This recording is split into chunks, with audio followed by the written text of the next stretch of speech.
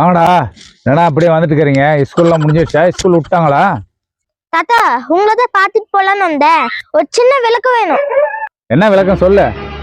தாத்தா இப்ப இருக்க மனிதர்கள் எல்லாம் புரிஞ்சுக்கவே முடியல. இங்க இருக்க மனிதர்கள்லாம் எப்படிக்கான்னு கொஞ்சம் விளக்கி சொன்னுங்க.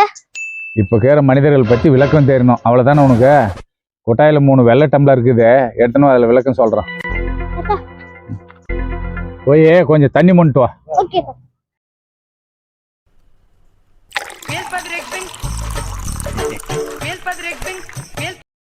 ஒருவேளை தாத்தா ஏதாவது தண்ணி அடிக்கிறதுக்கு கேட்பாரோ? டம்ளர் 3 இருக்குடா, நம்மளும் சேர்த்து குடிக்க சொல்லுவாரோ?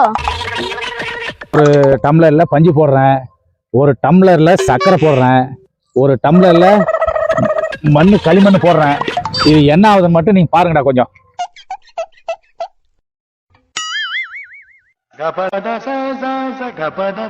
மனிதர் 3 வகை.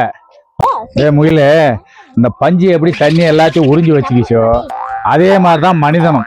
அவன் சுத்திங்கிறவங்களெல்லாம் போட்டு உறிஞ்சி அவன் ஒருத்தனும் சேவ் பண்ணிக்குவான். தான் மட்டும் நல்லா இருந்தா போதும், மற்றவங்களை பத்தி அவன் கவலையே படமாட்டான் பாவான். களிமண் போட்ட டம்ளர் இருக்குல்ல, அந்த சேர் எப்படி இருக்கோ அதே மாதிரி அவனும் வாழ மாட்டான், மற்றவங்களையும் வாழ விட மாட்டான். பாருப்பா, இது சர்க்கரை போட்ட தண்ணி. இந்த சர்க்கரையும் கரைஞ்சிடுச்சு, இந்த தண்ணியும் இனிப்பாக்கிடுச்சு. இப்படிதான்பா சில பேர் உலகத்துல தானும் மகிழ்ச்சியா இருப்பாங்க, பக்காக்குங்கிறவங்களையும் மகிழ்ச்சியா வச்சுக்குவாங்க. அந்த மாதிரி மனிதர்கள் கொஞ்சம் பேர் தான்பா இருப்பாங்க. அவங்க வரலாற தான்பா உலகம் பேசும். மற்றவங்க வரலாற நீங்க படிக்கணுமா இல்ல உங்க வரலாற உலகம் படிக்கணுமா, அதை நீங்க தான்பா முடிவு பண்ணணும். ரொம்ப நன்றி தாத்தா, நாங்க வாங்க வர போலாம்.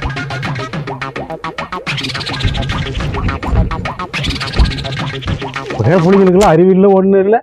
என்ன பழக்கம் இது? வீட்டுக்கு வா, தொலைச்சிடற ஒண்ணு. டேய் சித்தப்பு ரொம்ப ஆவேசமா இருக்காரு, என்னன்னு போய் பாப்போம். சித்தப்பு என்ன கடும் கோவமா இருக்கீங்க? என்ன சமாச்சாரம்?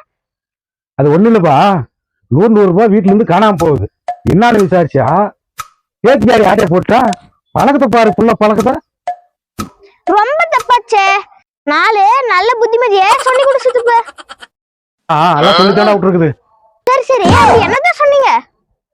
அவன் மட்டும் 100 எடுத்துன்னு போறான் இல்ல, தாத்த வரத்து நேரானே ஒரு எனக்கு 100 சேர்த்து எடுத்துன்னு வந்தா சாயந்தரம் பீடிக்கு தண்ணி கிண்டி செலவுக்கு ஆகும் இல்ல.